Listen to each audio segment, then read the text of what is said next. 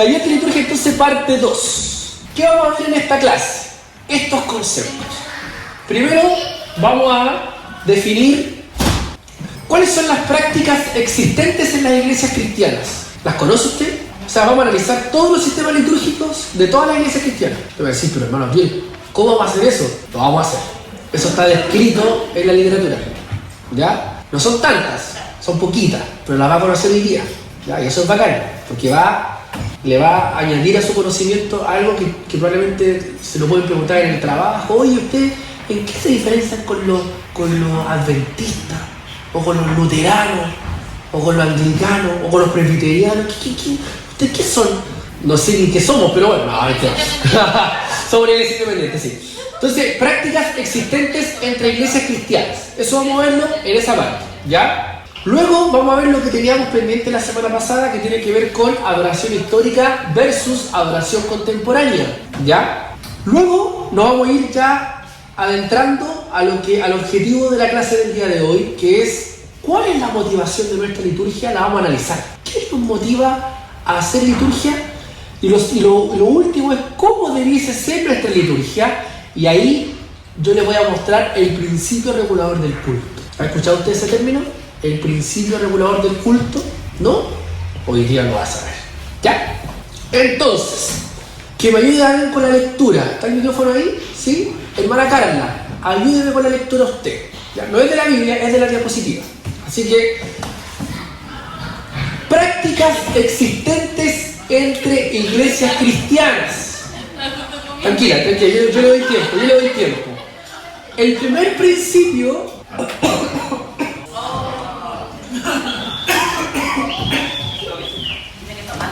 Voy a hacer un esfuerzo sobre. El primer principio es el principio eclesial, ¿ya? Principio eclesial. Así que para el quiz de la próxima semana, ¿qué es el principio eclesial? Y usted lo tiene que definir, ¿ya? Entonces, hermana Carla, ayúdeme con la lectura. ¿Aló? Prácticas existentes entre iglesias cristianas. El principio eclesial. Este es el principio sostenido por la Iglesia Católica Romana, que defiende su inherente prerrogativa de establecer sus propias formas de culto, sin considerar si tienen o no un fundamento bíblico. Bien, entonces, ¿cómo se llama la liturgia o cuál es el principio que rige en la liturgia católica romana? El principio eclesial. ¿Lo sabía? ¿No? Ahora lo saben. El principio eclesial. Y este es un principio que obviamente no tiene y no tiene un fundamento bíblico. Ya lo vamos a explicar por qué. Continuemos con la lectura.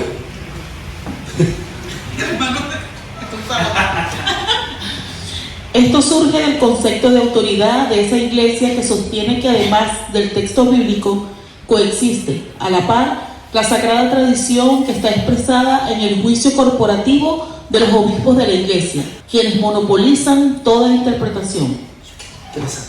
Un compañero de trabajo a usted le pregunta, oye, ¿qué diferencia ustedes tienen con los católicos romanos o con los católicos? ¿Qué definiría usted? A ver, toma el micrófono. Corre el micrófono, a ver. Alguien que me diga qué definiría usted, porque le están preguntando, lo puede decir. No cacho. No, es que yo adoro a la Virgen. Argumento, venga, argumento. A ver, alguien que me diga.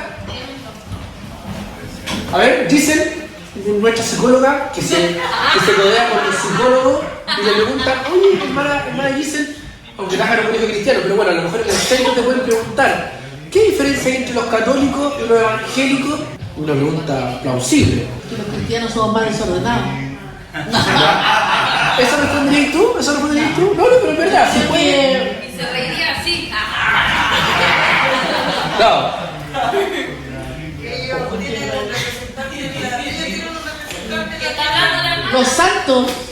Los santos, ya, a ver la hermana Germana, a ver.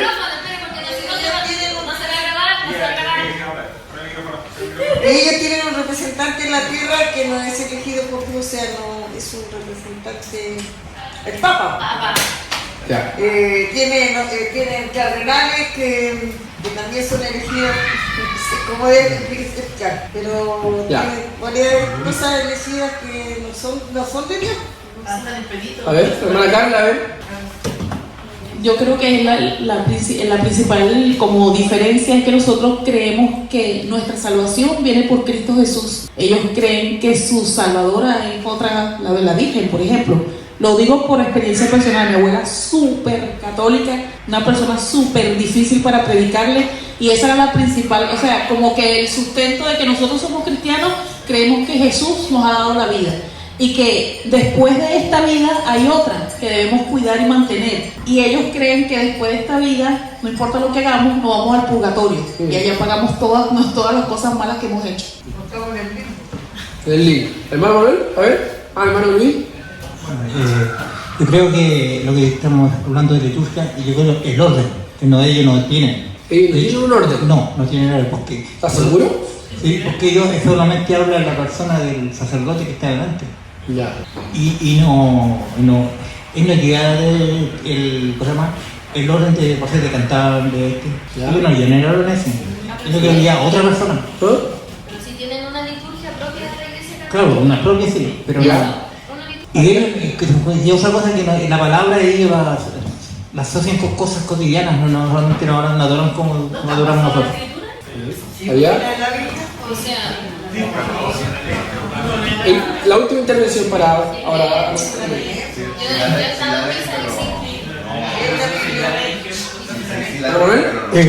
Bueno, a ver, yo creo que la diferencia que hay entre un creyente y un católico en la manera de pensar va en la Biblia, los conceptos de la Biblia. Ellos tienen más libros y de repente enfatizan mucho en alguien, por ejemplo, Virgen María.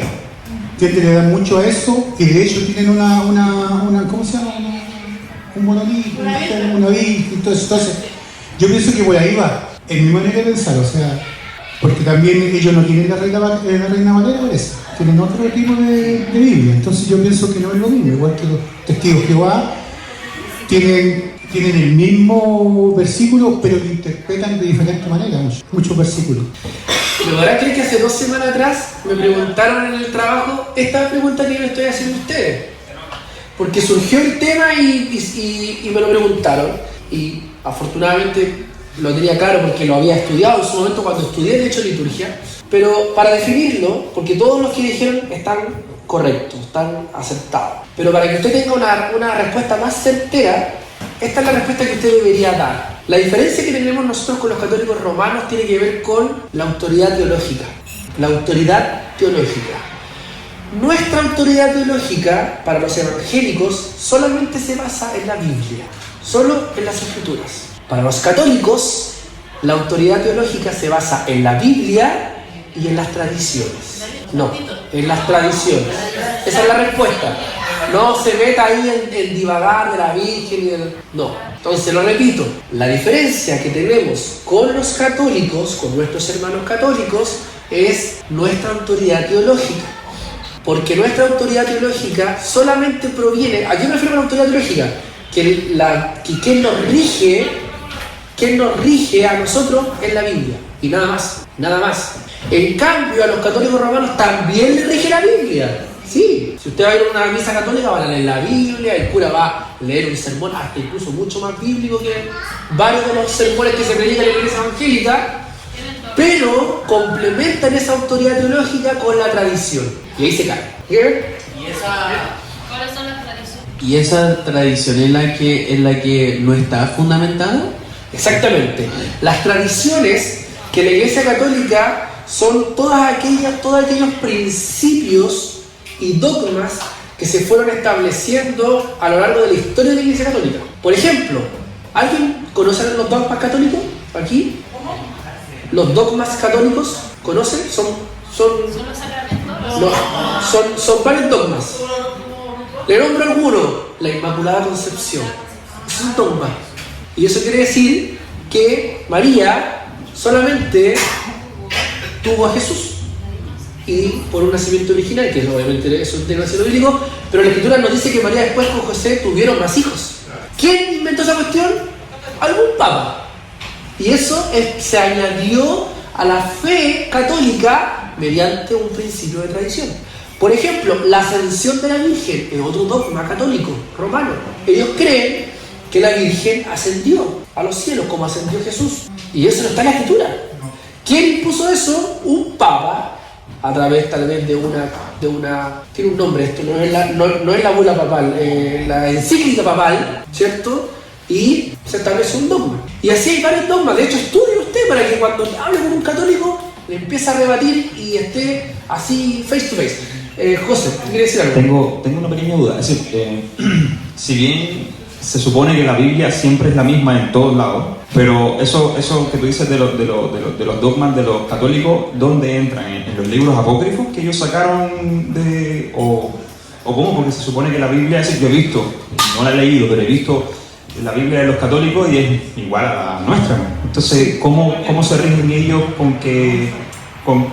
en decir eso versus si la Biblia dice que también María tuvo más hijos después? Sí, lo que pasa es que el proceso de canonización, ¿ya?, que tiene que ver con la idea de cuando se cerró el canon, fue distinto en el contexto católico romano con el contexto más bien protestante, ¿ya? Después hubo un proceso de canonización. El primer proceso de canonización fue a través de los padres de la iglesia, y después los reformadores, porque la Biblia, ¿cómo se llama? La Reina Valera es del siglo XVI, o sea, lo que nosotros tenemos del siglo XVI, pero la Iglesia Católica es del siglo II, III, después de Cristo. Entonces, ¿qué leyeron ellos ahí? Fue solamente la canonización de los padres de la Iglesia, de Clemente de Alejandría, etc.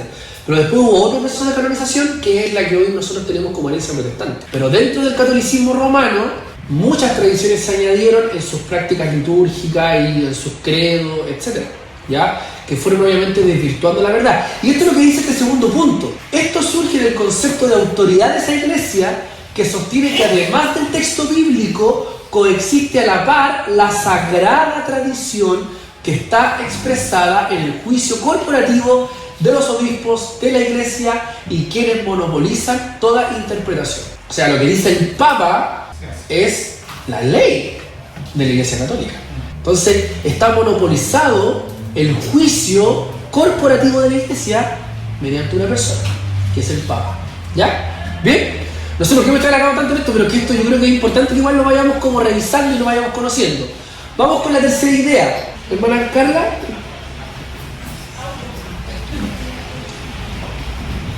La autoridad radica en la iglesia, Biblia más tradición, y no radica exclusivamente en el texto bíblico. Ahí está lo que argumentábamos recién. ¿Ya? Bien. Vamos con el siguiente principio. Geber, ¿me puedes ayudar con la lectura? Con el siguiente principio. Vamos con el principio normativo. El principio normativo. ¿Qué significa esto? A ver, veamos. Ya, principio normativo. Este principio dice lo siguiente: es posible hacer todo lo que está ordenado en las escrituras, además de todo lo que las escrituras no prohíben expresamente. Qué interesante. ¿Lo entendió el principio normativo?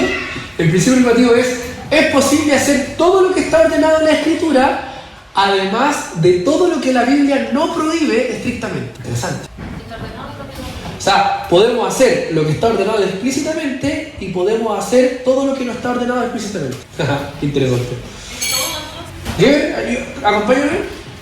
Este punto de vista es el sostenido por las iglesias de tradición luterana y anglicana. Interesante. Entonces, ¿cuál es el principio litúrgico de las iglesias luteranas y anglicanas? El principio normativo, ¿bien? Que es peligroso, peligrosísimo. ¿Por qué? Porque puedo hacer todo lo que está instruido, pero también puedo hacer todo lo que no está instruido. Lo que no prohíbe. Lo que no se prohíbe, ¿cierto?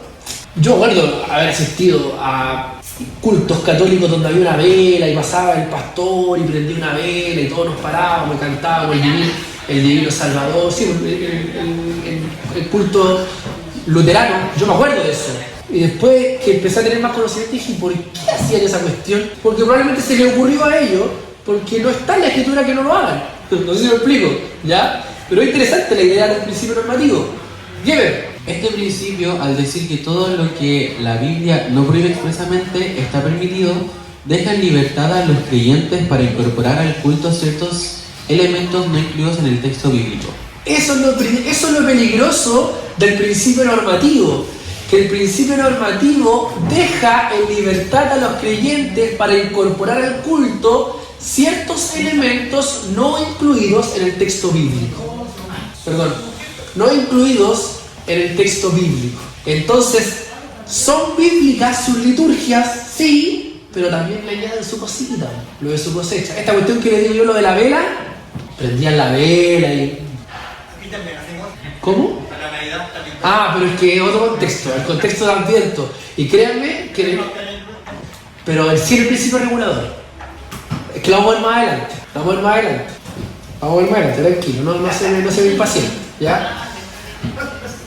Una pura consulta. En relación al principio normativo, está claro, obviamente, que deja la puerta abierta a que se pueda hacer cualquier cosa, si no está prohibido en la Biblia. Pero también la Biblia y el estudio de la misma te centra al hecho de que todo lo que se realiza tiene que estar centrado en Cristo. Entonces ahí quedo con la duda. ¿Cómo se puede desviar tanto si lo que tiene que estar en la liturgia tiene que estar centrado en Cristo? Te la voy a contestar más adelante la pregunta. Más adelante. ¿Por qué? Porque cuando tú hablas de liturgia, tú pierdes de vista la idea... Claro, esto es como una receta de cocina, no sé si me explico. Sí, es que cuando se supone que la liturgia... No estamos hablando de que si el culto es cristocéntrico o no. Porque estos cultos pueden ser muy cristocéntricos. El punto es cómo se está haciendo esta receta de cocina. O sea, tú puedes hacer un puré de papa. Ahora lo puedes hacer de muchas maneras. Puedes hacer las papas, vapora. No sé si me explico. No, sí te entiendo. Porque, por ejemplo, cuando hablamos del formato católico de la eclesial, también es una liturgia. Cuando hablamos del principio normativo, también es una liturgia. Pero que funcionan de diferente manera con las cosas que le añaden. Y ahí es donde yo hago esa pregunta. O sea, ¿qué tan malo es añadir si está centrado en Cristo? Porque en el fondo hay un principio regulador del culto. Por eso que te voy a contestar más adelante. ¿Ya? Hay un principio regulador del culto. ¿Ya? Bien. Sigamos. Principio regulador del culto o principio puritano. Gebra, ayúdame tú con la lectura. Y miren yo la imagen que ocupé. Ocupé una imagen empañada. Yo intencioné el principio regulador del culto. PRCC es principio regulador del culto cristiano. Yo ocupé una imagen empañada aquí e intencioné esa imagen empañada porque no quiero que el principio regulador esté representado en ninguna corporación o en ningún tipo de iglesia, ¿ya? Pero por eso que lo intencioné, ¿ya?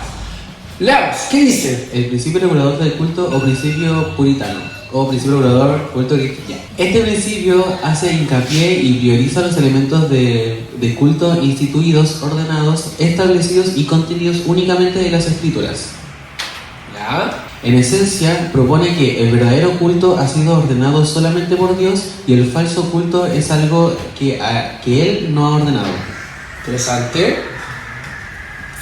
En el principio regulador del culto cristiano, la prioridad en el culto radica en la lectura de la palabra, la predicación expositiva, las oraciones, el canto congregacional, los sacramentos, etc. Interesante. Entonces, ya estamos viendo un tercer principio, que es el principio regulador del culto o principio puritano.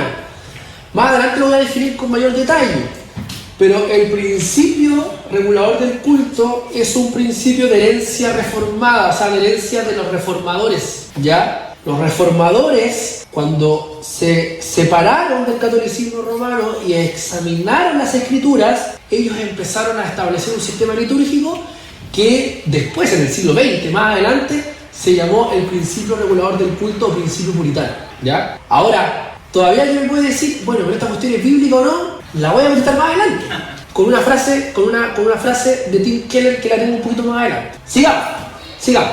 El principio libre. ¿Ves la imagen o no? Aquí me cociné, sí, ya. Este es una foto de una iglesia. Sí, pero bueno, ya. Pero es parte del principio libre y no está mal, ¿ya? No está mal. ¿Qué dice el principio libre, Keller? El principio libre. Este es el principio universalmente adoptado por las iglesias evangélicas en general. Es en realidad un no principio, en donde la norma es que todo lo que funciona en el culto a Dios se considera permitido y agradable a Dios. Bien, entonces, ¿qué principio tenemos nosotros? El principio libre, ¿cierto? De hecho, la primera parte que dice principio Este es el principio universalmente adoptado por las iglesias evangélicas en general. Nosotros probablemente caemos en este principio, ¿ya? Ahora, lo peligroso de este principio libre es que en realidad es un no principio, ¿ya?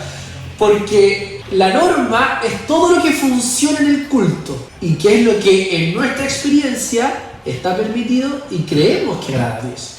Por eso que este taller de liturgia nos tiene que llevar a autoexaminar nuestra liturgia. Ojo, amados hermanos, el principio libre, y aquí contesto a mi hermano Jonathan, no quiere decir que no sea un principio cristocéntrico, sino que tiene que ver con la idea de la receta de cocina de la liturgia. ¿Ya? Puré de papa, vamos a llegar igual, probablemente a través del principio normativo, probablemente a través del principio libre y probablemente a través del principio regulador. Saco aquí al principio eclesial, porque ya aquí se mezclan herejías y un poquito cosas más complejas. ¿Puedes encontrar en una misa un culto cristocéntrico? Por supuesto que sí. Léete los libros del Padre Alberto Hurtado y yo veo teología cristocéntrica en el Padre Alberto Hurtado, pero de principio a fin. Especialmente en un libro que se llama Un fuego que enciende otro fuego, que yo lo encuentro fantástico. No estamos juzgando la teología del culto, estamos juzgando o cuestionando esta receta de cocina, este paso a paso que se tiene que dar en el liturgeo, en el servicio religioso, ¿ya? Entonces, por favor, no nos sintamos mal porque tenemos este principio libre, porque probablemente uno podrá decir, nosotros somos del principio regulador, ¿cierto? Podría quedar esa sensación. Disculpa, lo que logro entender, se puede decir que el principio libre recoge elementos de los otros dos principios del fondo, ¿no? Porque es un principio libre. Es que está mal ese concepto de considerarlo inclusivo. Porque, por ejemplo, sí. en el normativo está el normativo y el puritano. En el puritano es solo la escritura. Y en el normativo es la escritura más lo que no prohíbe la escritura. Claro. Y en el libre lo que estamos diciendo es que toma todo lo que sí funciona. Sí. Entonces es un poco de modo. ¿Cuál es más peligroso de los tres? El libre. De todas maneras, en el libre te podía ir una volada, loco, divagar, el manto, compadre, y la gente con un manto yendo al púlpito, andar. De hecho, en otros países se ve mucho de este principio. Sí. Porque... ¿Qué es el principio de las iglesias carismáticas neopentecostales? Oye, ¿Ya? el principio regulador, ¿qué considera como canto congregacional? Como canto congregacional. ¿Por qué la pregunta? Porque, ¿Dónde está eso? No, en el principio regulador te cuento. ¿Ya? En el anterior. Es que voy a definir el principio regulador con mayor detalle. Probablemente ahí te voy a contestar la pregunta. ¿Ya? Sigamos, porque el tiempo se me va. Perdón. Pregunta. Geber, una pregunta. Sí, tengo una pregunta. ¿El principio regulador es considerado como la regla general aplicable a todas las iglesias? ¿O es como uno de los términos, uno de los conceptos a considerar? ¿O es como la regla general aplicador? Porque, por ejemplo, con las dos preguntas que hicieron los dos hermanos, tú dijiste sí, pero tenemos el principio regulador. Entonces yo lo entiendo que es como la regla general y esas dos son excepciones. Eso. Sí.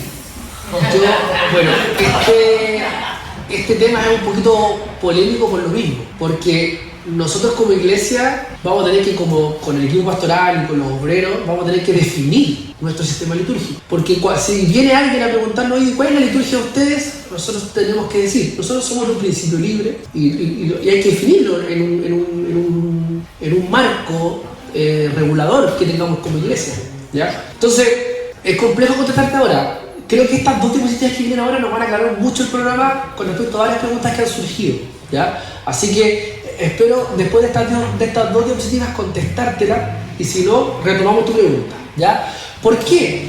Porque los teólogos y los que han estudiado todo este tema del movimiento eclesial y del movimiento teológico por años han descrito dos tipos de adoración que actualmente se manejan en las iglesias. Está la adoración histórica y está la adoración contemporánea. Es decir, todos estos principios están ahora incluidos en estos tipos de adoración o histórica o adoración contemporánea. Las vamos a definir. Adoración contemporánea, y aquí hay una pregunta, ¿enchufándonos aquí a la cultura contemporánea? ¿Ya? Entonces, aquí hay tres ideas centrales. Está la idea del sistema de sonido, que tiene que ver básicamente con la idea de la evolución que ha tenido la iglesia. O sea, esta cuestión de la amplificación, de que yo tenga este micrófono tipo Chayanne, todo el trabajo audiovisual tiene que ver con una idea de adoración contemporánea, Tiene que ver con la idea de una adoración contemporánea, que ha ido evolucionando en la medida que han avanzado los tiempos, ¿cierto? Está también la idea del Espíritu Santo, en la idea de los carismas, de la manifestación del Espíritu Santo, y de poder atraer también a personas a esta adoración contemporánea. ¿Por qué? Porque se conecta con la cultura contemporánea. Es más atractivo ir a un culto en donde me conecto con ese culto, a un culto en donde todos van con sandalias, con ¿cómo se llama? Con túnica.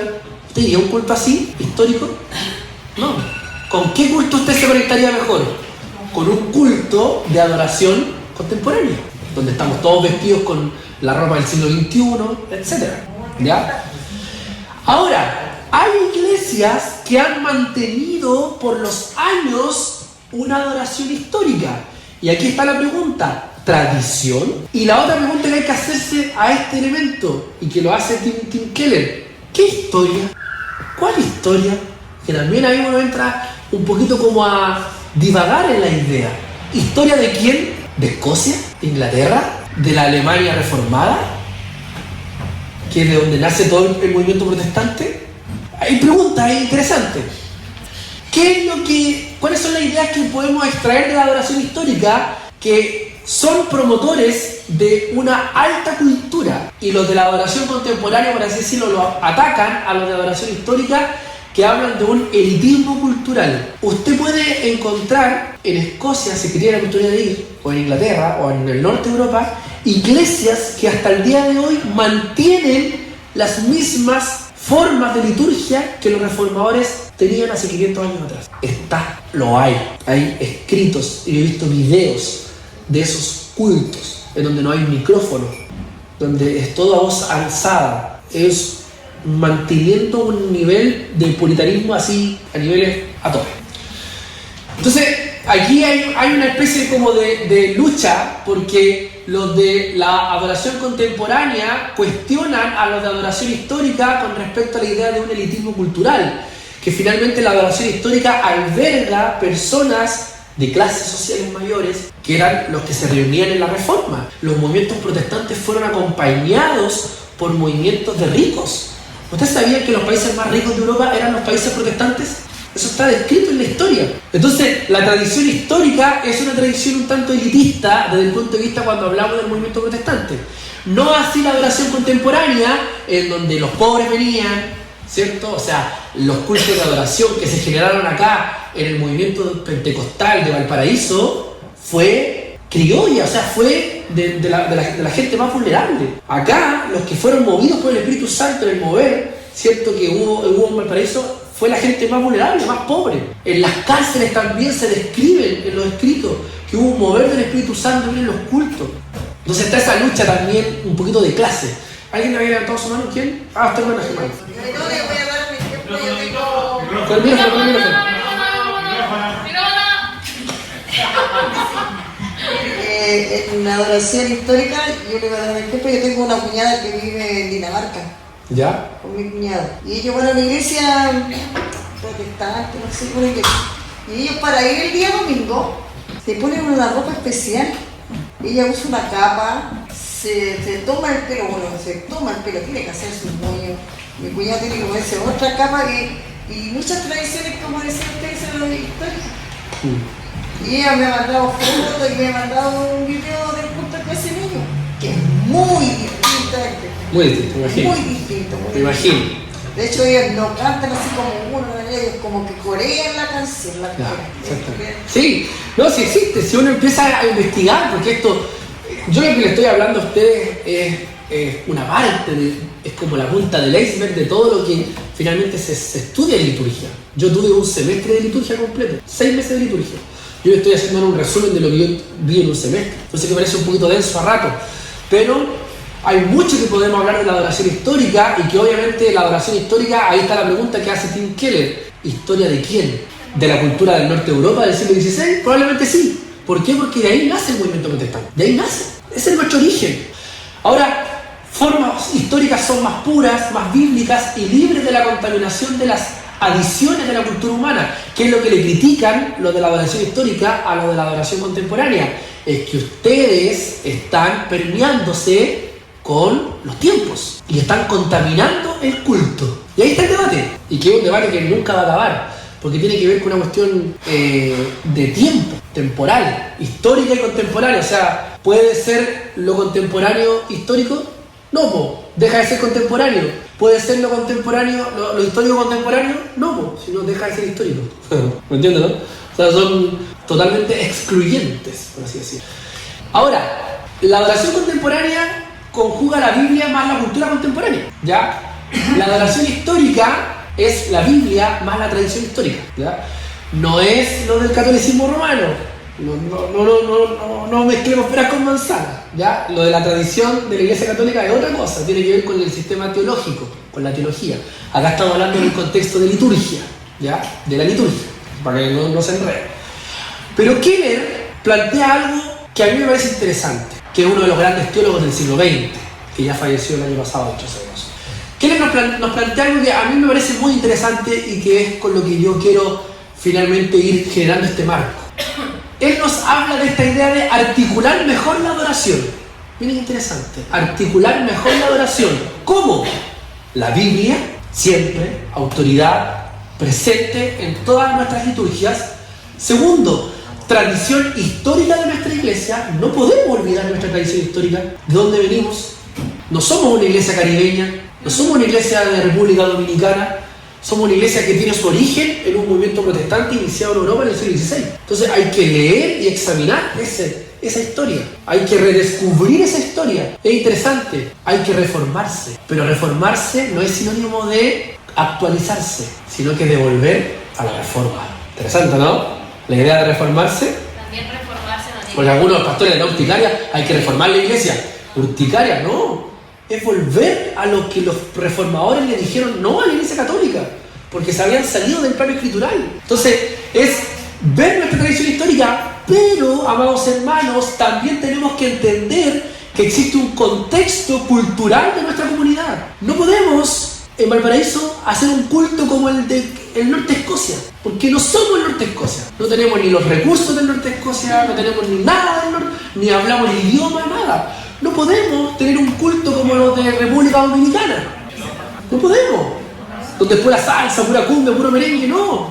Porque nosotros somos Frecuencia de Dios de Valparaíso, Chile. O como probablemente usted lo vio en Venezuela, que tuvieron también sus formas de culto de acuerdo a la cultura. ¿Por qué? Porque el contexto cultural de nuestra comunidad siempre nos va a acompañar.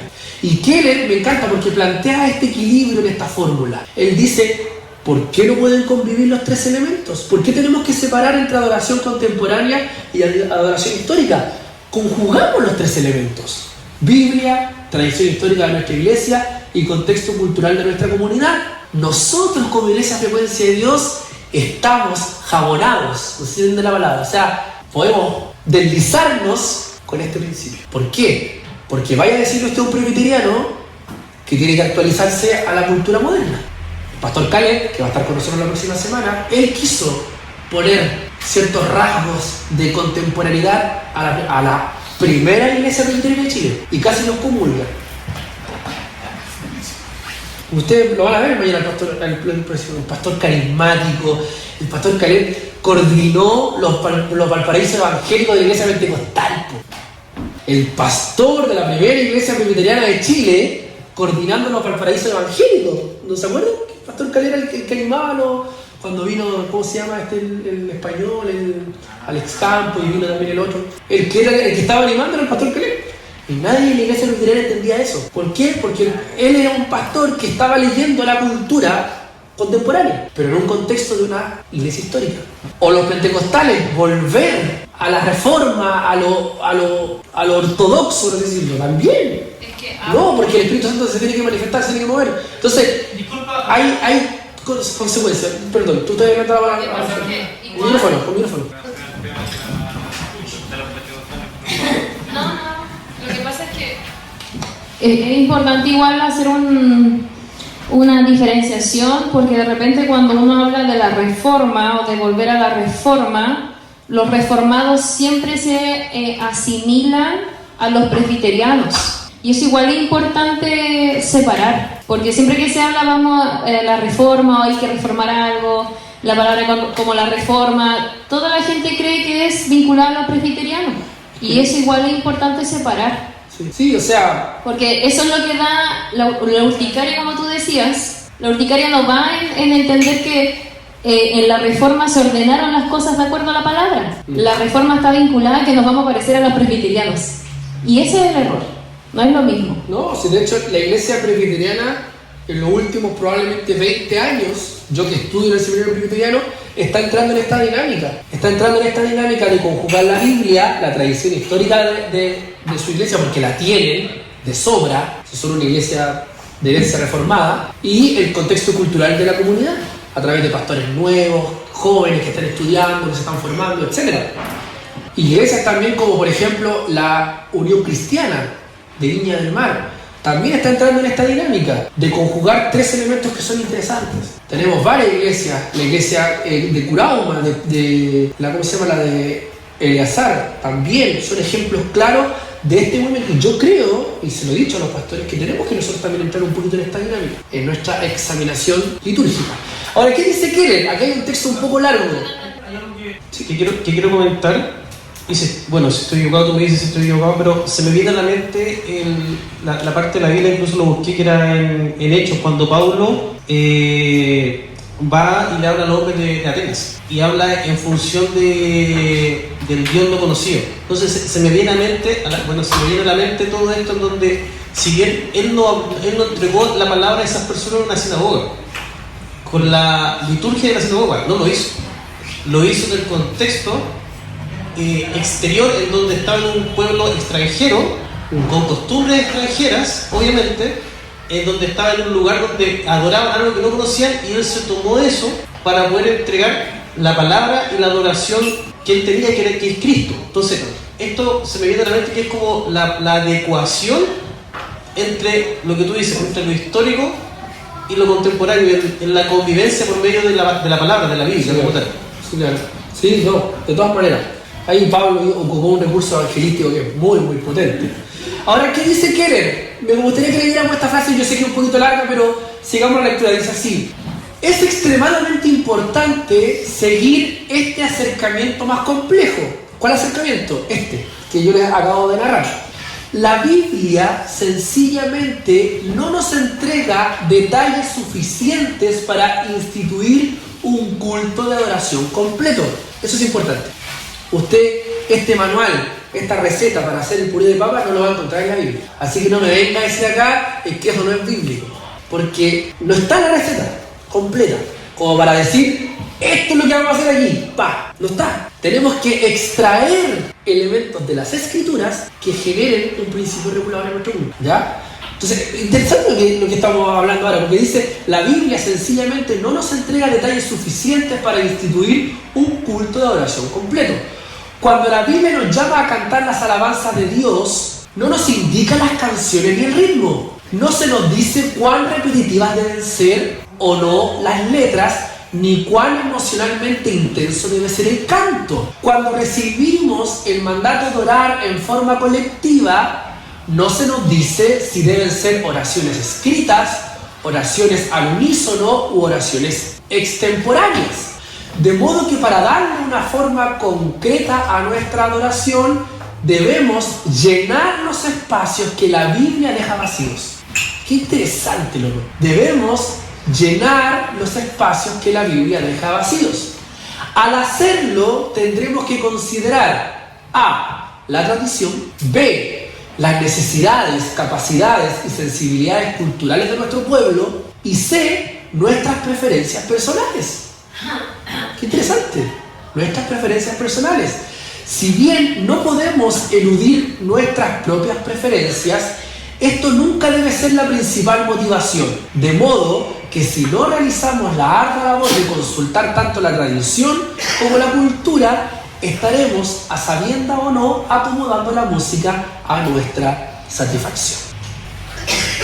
Me encanta, porque nos da mucha claridad. Yo no sé cuántos siguieron el texto, pero hay cosas muy interesantes, especialmente en la parte que dice así, de modo que para darle una forma concreta a nuestra adoración, debemos llenar los espacios que la Biblia deja vacíos.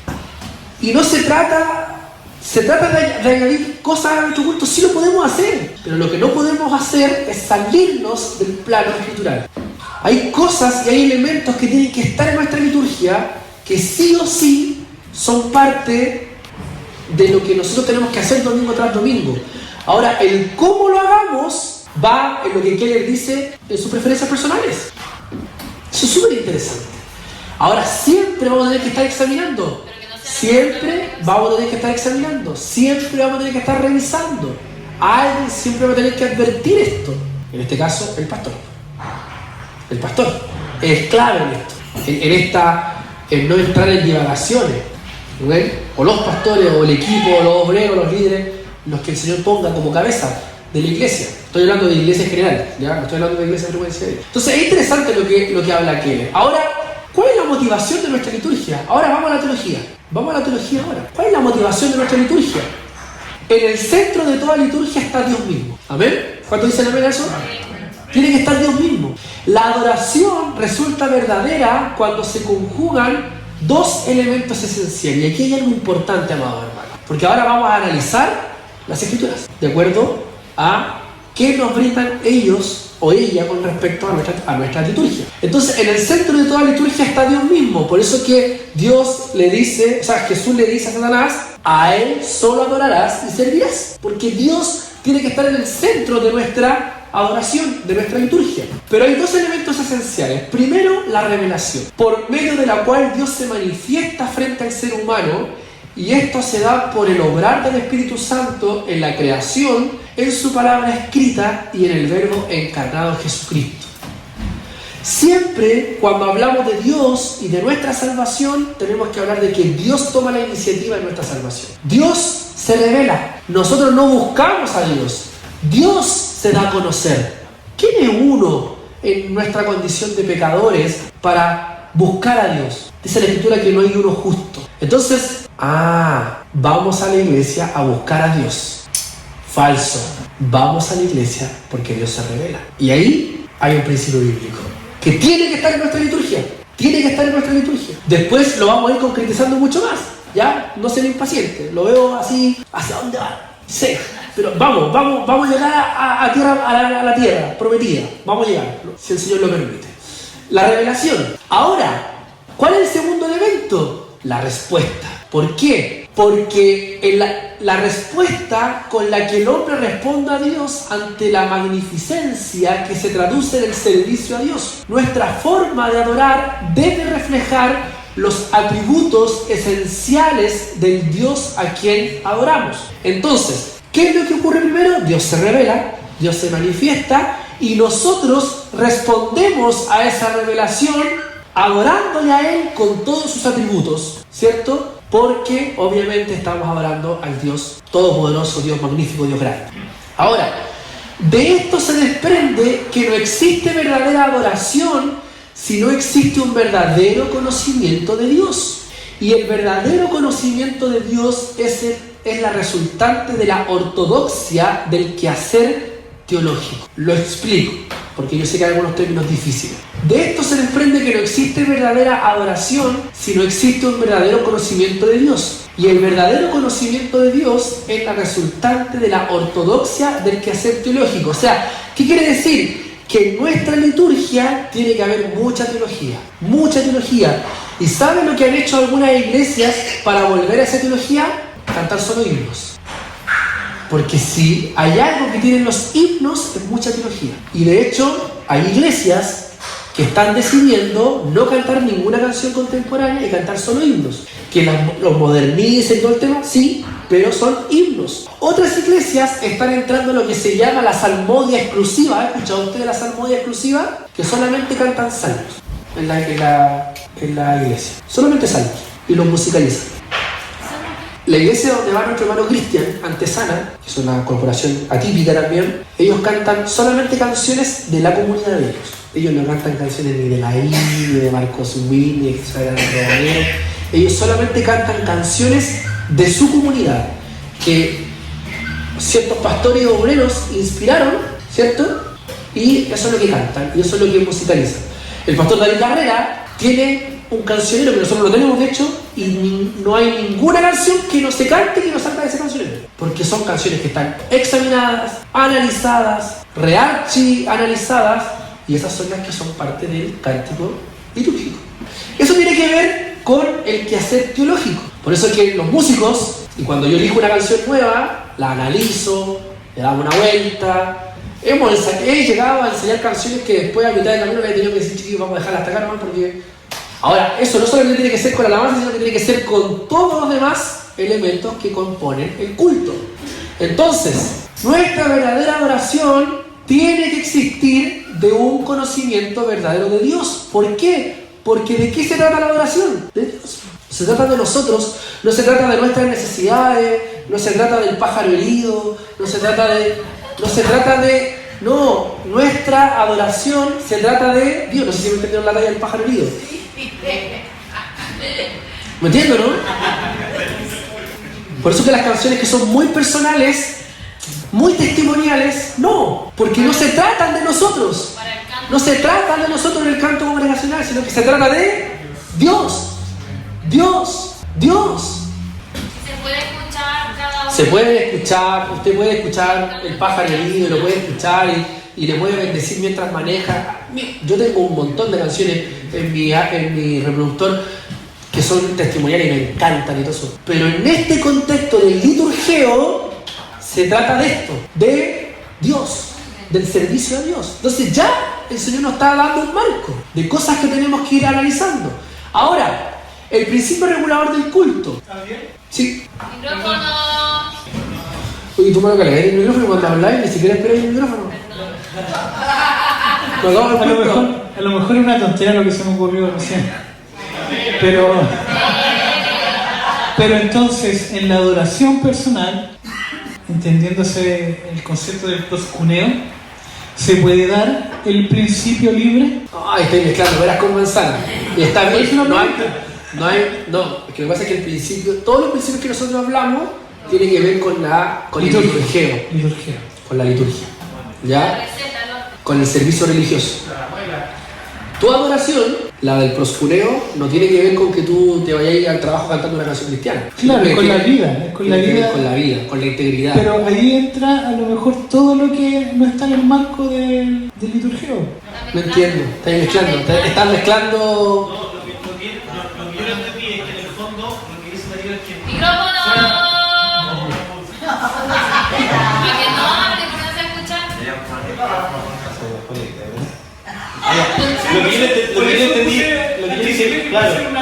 yo entendí, Daniel, es que una cosa es lo que está en liturgia, que está bajo los principios normativos, ¿ya? Y otra cosa es lo que está en el proscuneo como tal, en donde en nuestra adoración íntima, fuera del liturgio, pueden entrar estos elementos como canciones testimoniales que nos pueden permitir llegar a la adoración de igual manera, que nos pueden edificar en nuestra intimidad, por decirlo de alguna manera. Sí, es que vuelvo a insistir, estamos mezclando peras con manzana en esta idea. Porque una cosa es el puré de papa y la otra cosa es el pastel de papa. El proscuneo, no sé si me explico, es el pastel de papa. Pero aquí estamos hablando del puré de papa, no sé si me explico. La papa es la misma. Lo que pasa es que... No sé, ¿ah? Pero que estará mezclado.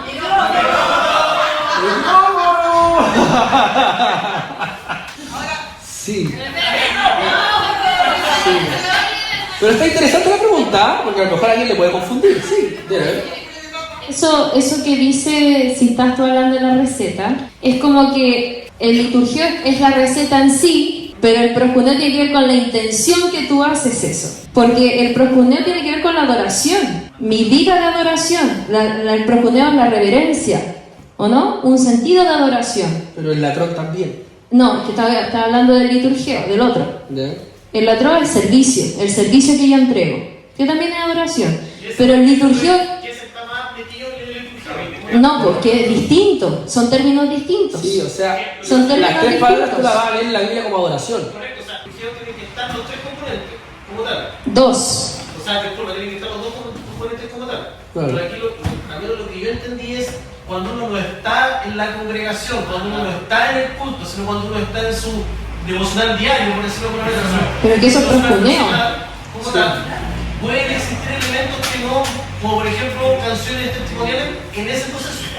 Es que eso es proscuneo, po. Si el liturgio Pero, es, sí, el liturgio pero- es el orden, Pero eso nada da, más. pero da lo mismo eso. Sí, po. Eso da igual. Es que Si aquí estamos en un taller de liturgia, el no en un liturgio- taller de adoración personal. el liturgio es la liturgia, es el orden de las Mira, cosas. en el encuentro de varones que vamos a tener la próxima semana, ahí vamos a hablar de cómo nosotros tenemos que ser como varones. Y ahí tiene que ver con nuestra adoración personal. No sé si me explico. O sea, acá estamos hablando de una cuestión de liturgia. No estamos hablando, están mezclando peras con manzanas. No es como que yo haga un devocional con guitarra. No sé si me explico. Sí, que son términos Sí, distintos. se me mezclaron un poquito, se me perdieron. Se mezcló el liturgio con el litro, que no sé cómo se dice. Latrón. El latrón es distinto. El liturgio es el orden, es un orden. Sí, pero en la Biblia las tres son adoración. Ojo. Sí. Ojo con eso. Por eso me les confunde a ellos. Por eso hacen la pregunta. El liturgio tú lo defines como el servicio religioso. Un servicio religioso. ¿Cuál es nuestro liturgio? Culto de adoración. Ese es nuestro liturgio. Según los términos. ¿Sí? Según los términos, que a lo mejor eso es lo que puede confundir. Según los términos como tú los entregas, las defines, el liturgio es el servicio religioso. Servicio religioso en nuestro caso sería el culto de adoración. Y de eso estamos hablando. Ya, por eso, ¿qué es lo que pasa dentro de nuestro culto de adoración? Eso es lo que estamos examinando. Ya, por eso son cosas distintas. Son cosas distintas, absolutamente totalmente distintas. ¿Ya? Bien. ¿Se enredaron los demás o no? Ya. Ya. No, está bien. No hay preguntas tontas, hermano. No hay preguntas tontas. De hecho, me preocupa más los que no preguntan. Porque ahí yo no sé si están entendiendo o no, si me van siguiendo. Yo sé que esto es súper denso, ¿ah? Y es súper profundo. Mejor hubiésemos preferido volver a Gálatas. Pero vamos, pues ya estamos terminando, ya nos queda poquito. Dice, vamos con el principio regulador del culto. ¿Qué es? Las iglesias históricas han sostenido lo que se conoce como el principio regulador del culto cristiano. O sea, la aplicación del principio fundamental de la reforma de la sola escritura a la esfera del culto a Dios. ¿Ya? Entonces, volvamos a lo que dice Keller. Keller nos dice que tenemos la Biblia, tenemos la tradición histórica y tenemos la cultura contemporánea. Y eso es lo que nos dice Keller. Vamos con las tres. Conjuguemos las tres. Entonces, ¿yo qué les vengo a mostrar ahora? La tradición histórica, que es esta, el principio regulador del culto. ¿El cómo lo vamos a hacer? Va a depender de nosotros como iglesia, cómo nos sintamos cómodos, cómo queramos. Si yo no voy a venir a cambiar el culto que el pastor Víctor ha hecho por años. No crean eso, por favor, pastor, no tenga miedo de eso. Vamos a seguir tal cual como estamos, porque yo cuando me puse a examinar esto, me di cuenta de que, wow, le di gloria al Señor, porque somos una iglesia de sana doctrina que tiene un culto con un principio regulador. Hay cositas que probablemente podríamos mejorar, pero cambiar nada. ¿Amén? Entonces, eso es bueno para nosotros igual, ¿cierto? Hay iglesias que probablemente, yo conozco un pastor amigo que está estudiando el seminario conmigo de una iglesia pentecostal, tuvieron que reformar completa la iglesia, completa, reformarla así. Lo que creían, lo que predicaban, lo que adoraban, lo que cantaban, todo. O sea, esto es lo que yo le estoy hablando a usted. Nosotros con el ministerio musical lo aprendimos hace 6 años atrás, cuando estudiamos nuestra adoración no importa. Antes de la pandemia, 8 años atrás, o 2017. Esto con el ministerio musical ya lo estábamos examinando. Y ustedes saben que las alabanzas son, ¿cuánto? El 70% del culto. Entonces, por la alabanza por lo menos no nos quedamos atrás.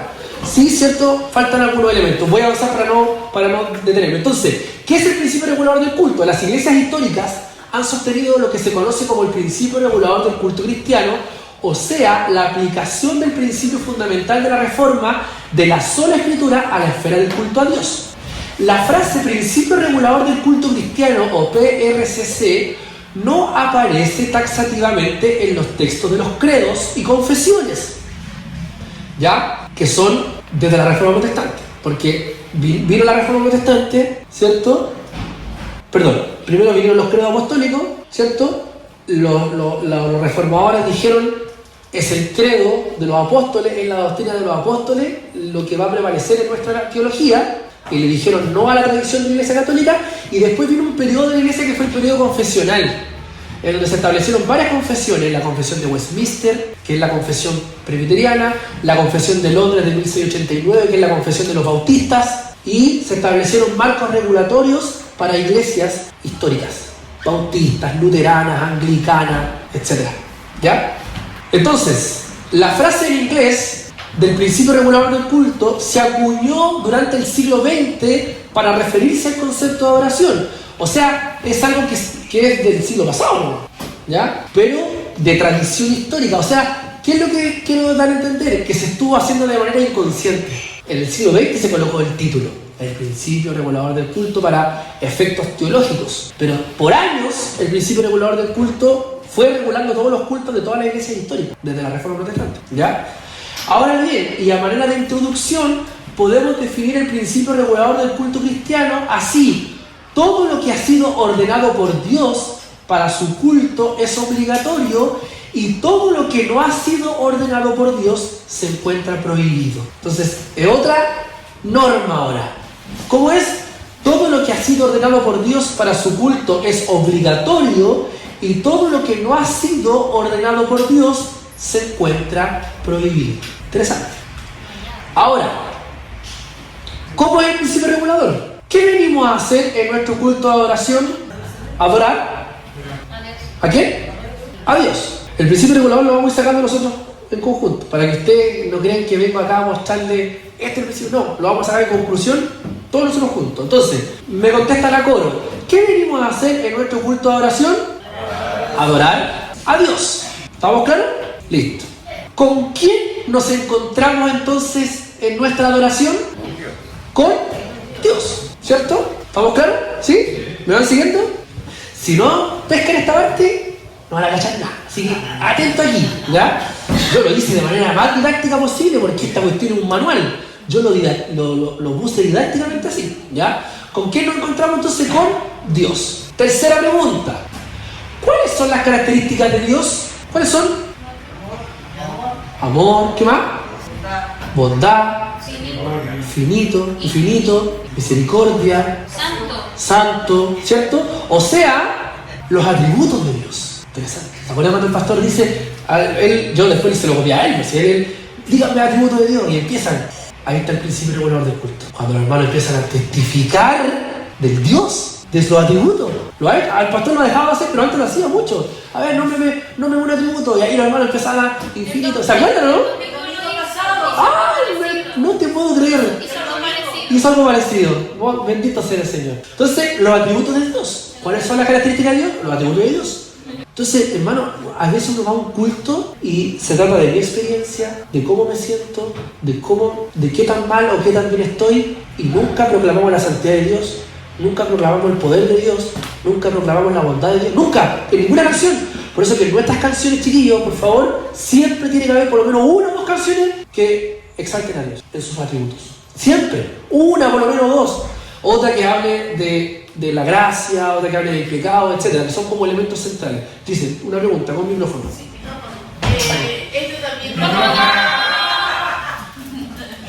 Esto también tiene que ver el principio regulador con la palabra en sí que se entrega, porque también es como que nos estamos basando, o sea, en relación como a los cánticos, pero también es importante el tema del mensaje en sí, porque muchos hermanos predican de su testimonio y no Es todo hay que examinarlo. Bien, sigamos. Se me va el tiempo, por favor. Dice, ¿qué pasa con nosotros cuando nos encontramos con Dios? ¿Qué pasa? ¿Primera vez o...? No, siempre. Incluso cuando vienes aquí y te encuentras con Dios. Tranquilidad, ¿ya? Descanso.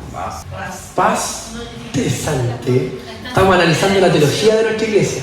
¿Cómo se sienten ustedes cuando se encuentran con Dios? Muchas veces se siente uno, me siento a veces agotado y yo llego aquí y me siento tranquilo. Es como un remedio, es como una medicina para... ¿No les da la sensación a ustedes, a través de todo lo que me han dicho, de que vienen a ser como, voy a ocupar una palabra, hay una palabra que, o sea, usufructo, o sea, como a sentirse, a utilizar a Dios? No. ¿Por qué no? Si dicen, pues me siento con paz. O sea, ¿quién da paz? Él. Alguien dijo tranquilidad. ¿Quién me da tranquilidad? Él. ¿Cierto? O sea, ¿de quién se está tratando esto? ¿De recibir? Claro, pero ¿De Dios? Es que depende de la pregunta. Me imagino yo, o sea, ¿qué sentimos cuando nos encontramos con Dios? ¿Qué pasa con ¿Qué pasa nosotros con cuando nosotros? nos encontramos con el Dios Todopoderoso y Dios Todo Magnífico? Nos alegramos, por decir, podemos decir así. Ahora puede ser también, adoramos. Esto tiene que ver con mucho con la religión. El que pasa lo entendieron con el que sentimos, porque son emociones lo que están diciendo. Sí. Son las emociones que están sintiendo. Ahora, el que pasa es otra, es distinta la pregunta. Son modificados, estamos. Es la forma de la pregunta, ¿no? Digo yo. Sí. Al encontrarnos con Dios, Puede ser que sea la pregunta, ¿ya? Claro. Pero también alguien me responde lo que espero que me respondan, a ver. al encontrarnos con Dios, en el fondo, la sola presencia de Dios nos santifica. Porque nosotros hemos venido a adorar. Y la sola presencia de Dios nos santifica y nos produce todos estos sentimientos, pero es la presencia de Él, porque nosotros estamos adorando. ¿Ya? Puedo hacer un ejemplo. Yo me siento una persona alta. Yo me siento una persona alta, mido 1,75 m. Claro, me encuentro una persona alta, mido 1,75 m, por lo menos del promedio chileno probablemente estoy en el promedio, pero un poquito más arriba. Pero si saludo a un compadre de 1,98 m, ¿cómo me voy a sentir yo? Pequeño. Qué interesante. Entonces, ¿qué pasa con nosotros cuando nos encontramos con el Dios Todopoderoso, Santo? ¿Cómo nos sentimos nosotros? ¿O cuál es la sensación que viene a nosotros ante la majestad de Dios? Humillados, pecadores. Cambia la perspectiva, porque ya no se trata de algo superficial que me viene a entregar paz. No, se trata de nuestra condición en cómo nos enfrentamos a Dios. Entonces, hermanos, si no nos sentimos pecadores cuando venimos acá, es porque entonces nos estamos equivocando en el Dios que estamos presentando. Entonces no estamos saliendo del principio regulador. Dios no está siendo revelado en un principio acá. Porque si tú vienes aquí a la iglesia a sentir paz, nos estamos equivocando como iglesia a frecuencia de Dios. Acá nos venimos a sentir pecadores, humillados, que necesitamos de ese Dios, que necesitamos de ese perdón. No del perdón salvífico, no, que necesitamos postrarnos, porque eso es proscuneo, es reverenciarse, es la persona que hace el proscuneo se siente inferior. Yo lo dije en el tema cuando partimos, al que reverencia. Entonces cuando usted se encuentra con la persona con la máxima autoridad, usted no se siente tranquilo, él está. No, usted se viene a arrodillar, a reverenciar, porque está frente a su Dios. Si nuestro culto no está logrando esto, entonces no estamos por un camino correcto. No es que estemos en una herejía ni mucho menos, no, es que tenemos que ajustar este carril. ¿Cómo? Desde que parte el culto. Y tenemos que irlo construyendo en conjunto, ¿ya? Pero sigamos, porque yo sé que podemos desarrollar mucho. Sí, ya. Pero tiene que ver mucho también con el ejercicio que hacíamos en la reunión de jóvenes. También, ¿por qué seguimos a Dios? Y siempre cuando hablamos de Dios, se trata más de lo que Él nos da versus a cómo nosotros nos presentamos delante de Él. Eso es teología, Camila. No, la pregunta es que dice una pregunta. Sí, pero yo creo que si hubiese hecho la pregunta de manera distinta, tampoco me contestan lo que yo creo que me contestan. Porque hemos hecho este ejercicio en reuniones de jóvenes, en testimonio de reuniones de jóvenes. Y siempre se trata de lo que Él nos da, no de cómo nosotros nos sentimos cuando Él se revela a nosotros. Interesante. O sea, yo considero que a lo mejor va por un lado de cómo se hizo la pregunta, pero indistintamente de eso, podemos estar llegando a la misma respuesta que se te dio ahora, pero es por un tema histórico de cómo la iglesia evangélica se presentó el evangelio de Cristo a todos nosotros. Por supuesto, como el Salvador, ¿no? Exactamente, que es el Salvador, el que te saca las deudas. El que te saca las deudas, que te quita tus males. O sea, nosotros tenemos una visión teológica de que en nuestro culto venimos a dejar nuestras cargas. Y así parte el coordinador, hemos venido a dejar nuestras... Padre, no viniste a dejar tu carga acá, viniste a adorar a Dios. Entonces el principio regulador es otro. No venimos acá a dejar nuestra mochila aquí, a sentir paz. No, eso es algo que el Espíritu Santo tiene que provocar diariamente en ti. Pero en este culto, en el liturgio, se tiene que generar otro fenómeno, otra dinámica. Por eso que nosotros como ministerio musical a veces estamos ahí como, o no, porque tenemos que cambiar el chip. Todo. Eso tiene que ver con una cuestión teológica, tiene que ver con cómo entendemos el principio regulado. Ahora, sigamos con las preguntas. ¿Cómo respondemos al encuentro con Dios? Si nos sentimos pecadores, ¿cómo vamos a responder entonces? ¿Cómo vamos a responder cuando nos sentimos pecadores? Nos quebrantamos, ¿cierto? Nos humillamos, nos arrepentimos. Entonces, también lo hacemos con acciones de gracias. Con acciones de gracias, ¿ya? Ahora, ¿qué pretende Dios a nuestro encuentro o con nuestro encuentro? ¿Qué es lo que Dios pretende? Perdonarnos, ¿cierto? Restaurar. Qué interesante esa palabra. ¿Qué más? ¿Qué pretende Dios a nuestro encuentro? Renovarnos. ¿Ah? Renovarnos, edificarnos. Todo es correcto. O sea, lo podríamos resumir en estas palabras: hablarnos. Él quiere hablarnos. Él se quiere comunicar con nosotros. Porque no se trata de estar en un éxtasis y... No, hermano. Hay iglesias en donde los tiempos de adoración se consumen el tiempo de la palabra. ¿Y en qué momento Dios te habla? No, es que Dios me habló en todo el culto. No, en la reforma protestante, los reformadores, el tiempo del sermón era lo primordial, porque era la oportunidad, era el momento donde Dios habla. Dios habla a través de la predicación. La fe viene por el oír. Entonces, son cosas que hay que examinar. Ahora, ¿cómo respondemos a su llamado cuando Él nos habla y nos instruye? Nuevamente en acciones de gracia y ahora asumiendo la misión, asumiendo el llamado. Cuando Él nos llama a perdonar, perdonamos. Cuando Él nos llama a amar, amamos. Cuando Él nos habla de que tenemos que ir a predicar el Evangelio, vamos a predicar el Evangelio. O sea, asumimos la misión, asumimos la comisión. Ahora, primer punto, llamado a la adoración. El servicio comienza con el Dios Trino llamándonos con su palabra para adorarlo con reverencia y asombro. Los textos los vamos a dejar para la lectura de la casa, ¿ya? En virtud de que el tiempo se me está yendo.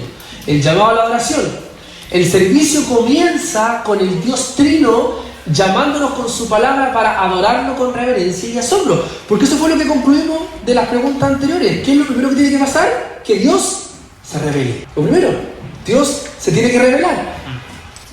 Tiene que haber una invocación. Habiendo escuchado el llamado de Dios a adorarlo, respondemos en oración. Dios nos llama y nosotros respondemos en oración. Tercero, confesión de pecado. Dios es santo y su santidad no tolera el pecado. Al venir ante su presencia como iglesia, debemos reconocer en humildad que hemos pecado, que hemos fallado. Amén. En el templo estaba el lavacro. Antes de entrar al lugar santísimo, había que pasar por el patio central donde estaba el lavacro. Y que es la figura del culto del Antiguo Testamento, en cómo Dios se reveló en el templo y en el tabernáculo. Entonces, ¿por qué no tenemos una instancia en nuestro culto litúrgico de confesión de pecados? Tiene que estar, porque no podemos ir al lugar santísimo, que es finalmente al encuentro con Cristo, con su revelación, con su palabra, si no pasamos por el lavacro. Entonces, cuando nosotros vamos al encuentro con Dios, tenemos que sí o sí confesar nuestros pecados, porque Dios no tolera el pecado. Amén. Número 4, seguridad de perdón. Los que estamos en Cristo sabemos que hemos sido perdonados y celebramos la seguridad de perdón que el Evangelio nos da. Eso viene, ¿cierto? Por eso dice, si alguno hubiese pecado, abogado tenemos para con el Padre. Él es fiel y justo para perdonar nuestros pecados. O sea, hay seguridad de que si tú y yo nos arrepentimos aquí, Él nos va a perdonar. Amén. 5. El sermón. La palabra de Dios es predicada expositivamente para que haga la labor que solo ella, a través del poder del Espíritu Santo, puede hacer. Transformar corazones de piedra en corazones de carne que puedan entender su necesidad de Cristo. Entonces, el sermón viene después, no viene antes de todo esto. Viene después. ¿Por qué? Porque no podemos escuchar a Dios si primeramente no se ha revelado. Y no podemos escuchar a Dios si primeramente no le hemos pedido perdón. No sé si me explico, pero el culto se está ordenando. O sea, debería ser antes entonces el llamado. Por ejemplo, si hay personas inconversas, antes de la palabra debería estar el tema del punto 4. Idealmente. Cosa que Si hay nuevo, claro, a oración de confesión. Alguien quiere, claro. y alguien tiene que meditar ahí. Si hay si no nuevo. hay nuevo? Y si no, se va a la confesión de pecado. Todo. Porque la confesión de pecado no tiene que ver con la oración de confesión. Es No, distinta. son dos cosas distintas. Una es la oración de confesión, que dice con la boca se confiesa para la liberación. No. Tiene que ver con pedir perdón por nuestros pecados. Es finalmente, porque venimos de afuera. Este es un culto santo, es un culto, ¿cierto? Ahora, la respuesta, después del sermón, damos un tiempo para que la iglesia medite en la palabra que fue expuesta y para que responda con alabanzas en agradecimiento a Dios por haber hablado. El ofertorio. El ofertorio. Respondemos a la gracia de Dios con nuestra donación monetaria, que es para el avance del Evangelio en el mundo y la formación de discípulos. Interesante, el ofertorio, así se llama en teología, el ofertorio. Y finalmente, bendición a la iglesia que se esparce. En el servicio de adoración, el Dios Trino obtiene la primera palabra y la última palabra. Y ambos son anuncio de su gracia. Con las manos alzadas, el ministro bendice al pueblo de Dios, de la palabra de Dios, que está disponible para todos los que reciben por la fe. La bendición sacerdotal la encontramos desde el Éxodo, lo hizo Moisés, lo hizo Aarón, lo hicieron los apóstoles, lo hicieron los padres de la iglesia, lo hicieron los reformadores y lo tienen que hacer hoy día nuestros pastores. Que es el momento en donde el pastor alza las manos y dice: yo los bendigo. Yo los bendigo. Señor te bendiga y te guarde. Él haga resplandecer. Esa es la bendición sacerdotal. Y toda la iglesia levanta sus manos y recibe esa bendición. Eso es parte de la liturgia. Pero el pastor estaba bendiciendo y estábamos aquí con cualquier parte, ya nos estamos arreglando para irnos. Y el principio regulador del culto. Oye, Si tiene que ver con la bendición a la iglesia que se expande. Usted no se puede ir. Nosotros estuvimos en Brasil, en una iglesia presbiteriana, donde el pastor senior, como de 80 años, le levantan los brazos, así, está acá, le levantan los brazos, una iglesia histórica, es la catedral presbiteriana de Latinoamérica. Los otros pastores le levantan los brazos y él va hasta el final, con los brazos levantados hasta el final, y todos los hermanos recibiendo la bendición sacerdotal. Uno podría decir: oye, esta cuestión no salió. Lo hicieron, lo hizo Aarón, lo hizo Moisés, lo hicieron los padres de la iglesia, lo hicieron.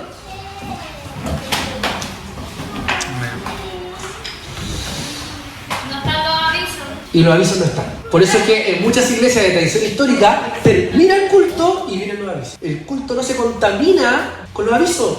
Porque los avisos, si bien uno lo puede espiritualizar, sí, tienen que ver con la iglesia, con los domésticos, pero ya perdemos de vista Dios y su revelación. O sea, ¿Es que es doméstico? Es doméstico. ¿Qué es doméstico? No tiene nada que ver con la liturgia, con el culto a Dios. Oye, ¿y acá en qué parte está la oración de confesión que me queda vuelta con lo que dijo la Isa? En el cuarto. En el cuarto punto. Ya, ahí, pero no es confesión de pecado así. no, discrimina con la No, pues es que una es la oración de confesión. La oración de confesión puede ser en cualquier momento. O sea, no está en el orden del culto como tal, en el principio regulador. ¿Ya? Podríamos aprovecharlo ahí, de incorporarlo. En el fondo, por ejemplo, la oración de confesión va de acuerdo a la intención del Espíritu y cómo el ministro en ese momento lo añade. O sea, si el mensaje que el pastor está predicando es evangelístico y hay gente inconversa, él puede hacer el llamado después del culto. Lo puede hacer. El llamado ¿Pregunta? a la confesión y el otro es la confesión del pecado. Sí, es que no entienden la diferencia, ¿no? No, explícalo. Sí. Sí, claro, se entiende. Tú no lo entendías. ¿Entiende la diferencia entre la oración de confesión por salvación y la oración de confesión de pecados? Son diferentes. Ya. Entonces debiese estar agregado al principio, ¿sí? Claro. Esa es para todos. Sí, pues. Sí o sí tiene que estar. Sí o sí tiene que estar. En el principio regulador del culto. ¿Qué es lo que hacen entonces los pentecostales? Exactamente. Si está. La ofrenda debería ser casi... El punto es que está mal ordenado. Ellos lo hacen cuando llegan, se arrodillan. No, es un proceso posterior y congregación a posible. Bueno, ¿quiere decir si la ofrenda tiene que ir con oración? ¿O tal vez la ofrenda también puede ser que la den al último? Ya, es que ahora usted me va a hacer un montón de preguntas y podemos hacer esto y podemos hacer esto otro. Sí, todo lo que usted quiera lo podemos hacer porque ¿qué dice el Keller? Los vacíos que la Biblia nos deja los rellenamos nosotros. Podemos orar, podemos cantar con la ofrenda. Hay iglesias que cantan y ahí los músicos no ofrendan, ¿cierto? Porque nunca he visto que después van con el ofrendero de los músicos.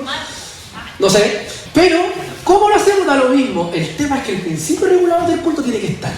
Estos elementos tienen que estar en nuestra liturgia porque son de tradición histórica, bíblica, y que lo hicieron los padres de la iglesia y que lo hicieron también los reformadores. Ahora, yo quiero que en 5 minutos ustedes me ordenen esto. En un papel, en grupito, papel y lápiz, háganme el orden. ¿Cómo debería ser cada uno de estos puntos? Y con esto terminamos y concluimos. Yo sé que el tiempo se me fue, pero me interesa que hagamos este ejercicio cada uno. ¿Qué pondrían primero? ¿Qué pondrían después? ¿Qué pondrían al siguiente? Lo pueden hacer en el teléfono si no tienen papel y lápiz, o si tienen papel y lápiz, porque así lo podemos defender.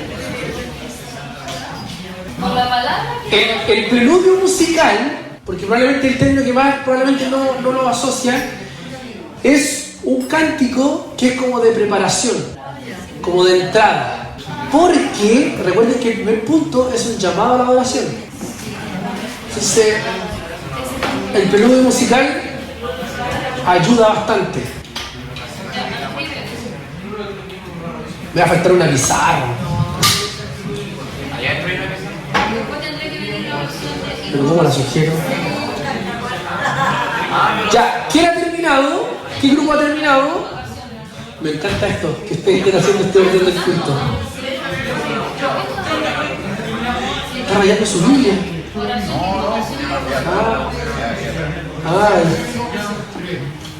Ya, ¿estamos listos ahí? ¿Ustedes están listos igual? ¿Ya? ¿Necesitan ver las diapos anteriores? ¿No?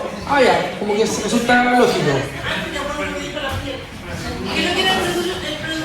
El preludio musical es como el preludio tiene que ver con lo anterior, o sea, con lo primero. Entonces es como una instancia musical como para que nos convoquemos, para llamar a la adoración. Preludio musical.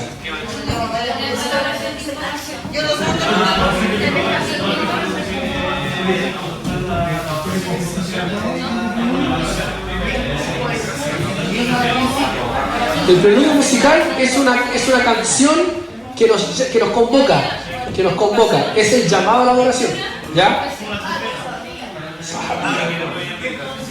¿Ya? Estaba por el chofar. Bueno, lo pueden hacer. Ahí están los vacíos, que pueden ir. El punto es que aquí hay otro tema, porque cuando se le da mucho,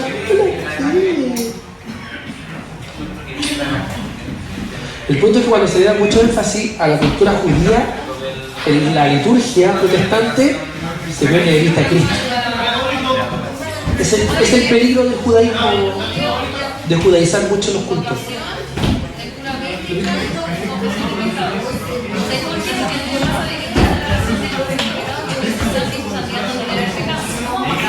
Puede ser ese primer musical, ¿sí?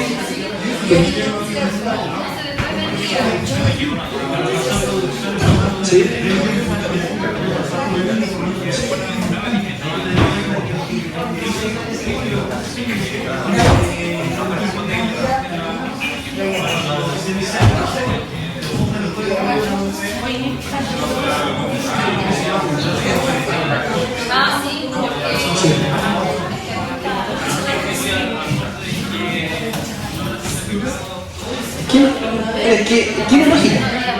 Tiene lógica. El preludio musical en la iglesia histórica se hacía con el piano con el órgano a tubo. Tocaba ahí y la gente se empezaba a aprender. Sí.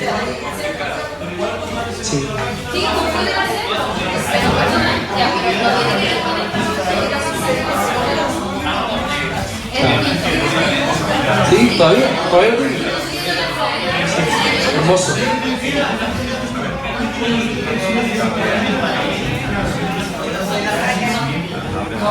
Lo que pasa es que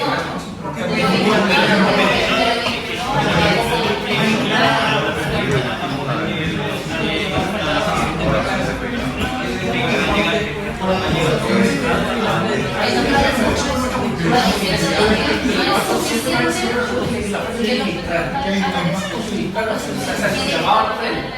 que me interesa es que se logra salir, pero claro, la Biblia no va a salir, no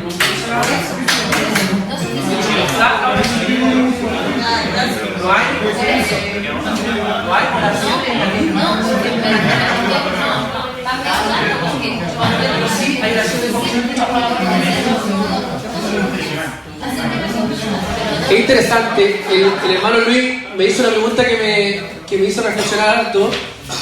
En la Biblia no encontramos oración de ofrenda. Las oraciones que encontramos son de invocación, porque de hecho está el texto ahí, y oración de la bendición sacerdotal, que es como una especie de oración también por la iglesia, y la oración de confesión de pecados. Pero no encontramos oración de ofrenda. Entonces podríamos prescindir incluso de esa oración de ofrenda.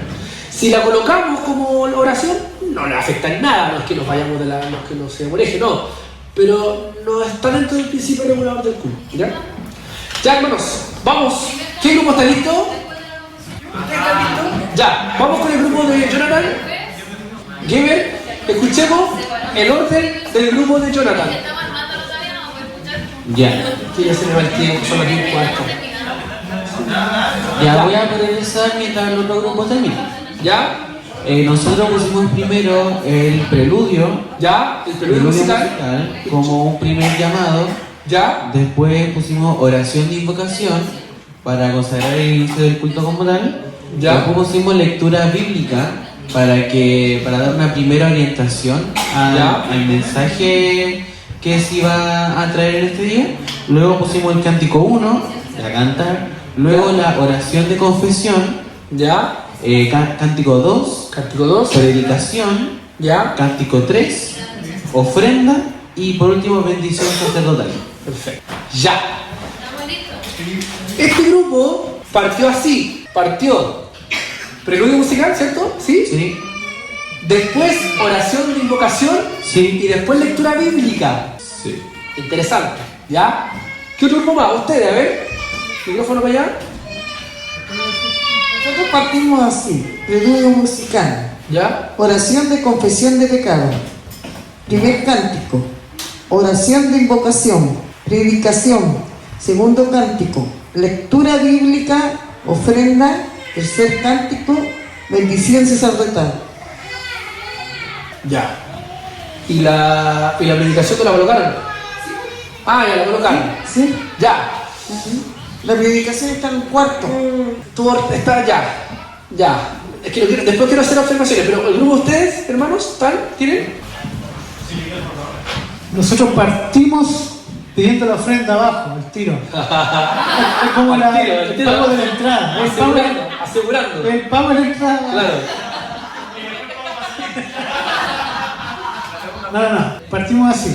El preludio musical. ¿Ya? Luego lectura bíblica. Oración e invocación. Cántico 1. Oración confesión de pecado. ¿Ya? Cántico 2. Predicación. Cántico 3. Ofrenda y bendición sacerdotal. Interesante. ¿Ya? Bien. ¿Bárbara, usted hizo su orden? Lo estaba revisando porque no alcanzaba los... ¿Ya? Sí, puse lectura bíblica, oración de invocación. ¿Ya? Preludio musical. ¿Ya? Predicación. ¿Ya? 5. Oración de confesión de pecados. El 6 puse cántico y el 7, ahí me di cuenta que me equivoqué porque puse cántico 2. Me anduve enredando. Después puse ofrenda, ¿ya? Cántico 3 y bendición sacerdotal. Ya. Bien, vamos. ¿Aquí? ¿Buena Carla? Nosotros lo haríamos así. El primer punto, el preludio musical. Ya, lo frío. Segundo punto, la oración de invocación. Perdón, pero el primero, preludio. Ya. Después la oración de invocación. Ya. Luego la lectura bíblica, un primer cántico, la predicación, la oración de confesión, segundo cántico, ofrenda, tercer cántico y bendición pastoral. Ya. Interesante. ¿Y ustedes, el último grupo? Sí. ¿Ya? Nosotros pusimos primero preludio musical, ¿ya? Después oración de invocación, ¿ya? La lectura, oración confesión de pecado, cántico 1, cántico 2, predicación, cántico 3, la ofrenda y por último bendición sacerdotal. Ya. Interesante. A ver. Ahí, no. Una pregunta. Pero es que con micrófono porque estamos grabando todo. En eso que tú pusiste en el principio regulador, ¿hay un orden o el que está coordinando va poniéndolo? No, pues hay un orden, pues eso es lo que estamos haciendo. Ya, pero ese tipo. Una cosa lleva a la otra. Ya, interesante lo que dice nuestro hermano Ariel. Una cosa lleva a la otra, ¿cierto? Entonces hay un principio regulador. Lo vimos anteriormente, por eso es que yo le hice una pregunta y respuesta. Ahora, quiero decir que el grupo que aceptó así completamente a cómo debiese ser el orden del culto en base a este listado es el grupo de nuestro hermano Manuel con nuestro hermano Ariel. Sí, completo. ¿Ya? El de nuestro hermano Jonathan con nuestro hermano Geber estuvieron cerquita, pero se equivocaron en un detalle, en que miren, el preludio musical, obviamente con eso se parte, ¿cierto? Que en la iglesia de tradición histórica es el órgano de tubo, está tocando el órgano de tubo y la gente escucha el órgano y va. En la iglesia católica puede ser las campanas o a veces la iglesia católica también tiene una canción para amenizar, etc. El preludio musical siempre es como cuando la gente es el llamado a la oración. Ahora, ¿qué pasa? Que cuando ya nos reunimos acá, lo primero que nosotros dijimos es que Dios se tiene que revelar. ¿Cómo Dios se revela? Entonces, ¿qué es lo primero? La lectura bíblica. Entonces Dios, se revela ahí. Todos quedamos así con el texto porque Dios habló a través de su palabra. Luego, ¿qué viene? Oración de invocación. Ahí está la confusión de ustedes, que lo hicieron al verde. ¿Ya? Y de ahí, sí o sí, viene el primer cántico. ¿Por qué? Porque el primer cántico es como de adoración, es como de hablar de los atributos de Dios. Dios es grande, Dios es poderoso, canto alegre, todo el tema. Luego de eso viene la oración de confesión de pecado, ¿ya? Y ahí viene el segundo cántico, que de hecho el pastor Caleb me decía, no es necesario, que el cántico de confesión sea lento, puede ser rápido, mientras la canción te lleve a un agradecimiento porque Él te perdonó. Sí. ¿Y en la oración de confesión de pecado ya fue que ¿Por qué? Que ya estamos entrando en una adoración. A ver, ¿cómo es? A ver, tú te paso el micrófono para que... Está abriendo un debate acá en Pedrito, ¿ah? Si estamos hablando de la intención que tiene la oración de confesión de pecado, ¿ya? De poder adorar y no estar como iglesia, yo creo, sin haber confesado los pecados, yo creo que igual podría ser antes, porque ya ¿Antes de qué? Antes de, incluso después del preludio musical. Porque lo que pasa es que... Pero ya entramos en un contexto de adoración, pues, y es lo que se refiere en la oración de confesión de pecado. Es que lo que pasa es que recuerda que de acuerdo al principio regulador del culto, la oración de confesión, o más bien nosotros nos sentimos pecadores cuando Dios se revela y contemplamos su grandeza, su poder, su santidad. Nosotros se supone que cuando llegamos acá no podemos llegar a confesar nuestros pecados porque Dios todavía no se ha revelado. Hermanos, en el orden del culto, yo sé que usted sabe que falló y que tiene que venir a arrepentirse en la adoración. No, estamos hablando del orden del culto. En el orden secuencial, nuestra confesión de pecados tiene que ser después de que Dios se revele. Entonces podría ser después de necesariamente la oración de confesión. O sea, perdón, de la oración de invocación. No puede ir antes de la oración de invocación, porque la oración de invocación es la respuesta de invocación ante la revelación de Dios. Mira, se supone que tú dijiste que el orden correcto era el preludio y lectura y la oración de invocación. ¿Correcto? Sí. Ahí, yo coloqué dos opciones. Déjame terminar para que no se me vaya. Recapitulando, dijiste que, o sea, se supone que el orden correcto es el preludio, lectura y oración de invocación. Ahora, lo que yo entiendo como oración de invocación, primero, no es la confesión de pecado, obviamente, sino que es la oración que nos está invitando a todos en entrar en un proceso de adoración en el culto. Es nuestra primera instancia. Pero en esa oración no necesita necesariamente una lectura bíblica anterior, porque la lectura bíblica sí se podría poner después de la oración de invocación, porque después viene la confesión de pecado que necesita revelación de Dios para llegar a la confesión de pecado. Pero la oración de invocación es como las trompetas que llama al pueblo. Sí, mira, yo ahí, en ese sentido, yo creo que puede haber un acuerdo, ¿ya? Porque, por ejemplo, nosotros tenemos de tradición cultural histórica de que se parte el culto orando. El pastor nunca parte leyendo la escritura. Nosotros ya todos tenemos archivado de que parte orando. Ya sabemos que por el principio regulador, lo ideal es que parta leyendo la escritura, porque de esa manera Dios habla, Dios se revela. Pero no lo encuentro tan dañino como, por ejemplo, partir con una oración de confesión. Porque si tú partes con una oración de confesión, tú pierdes la comprensibilidad del culto.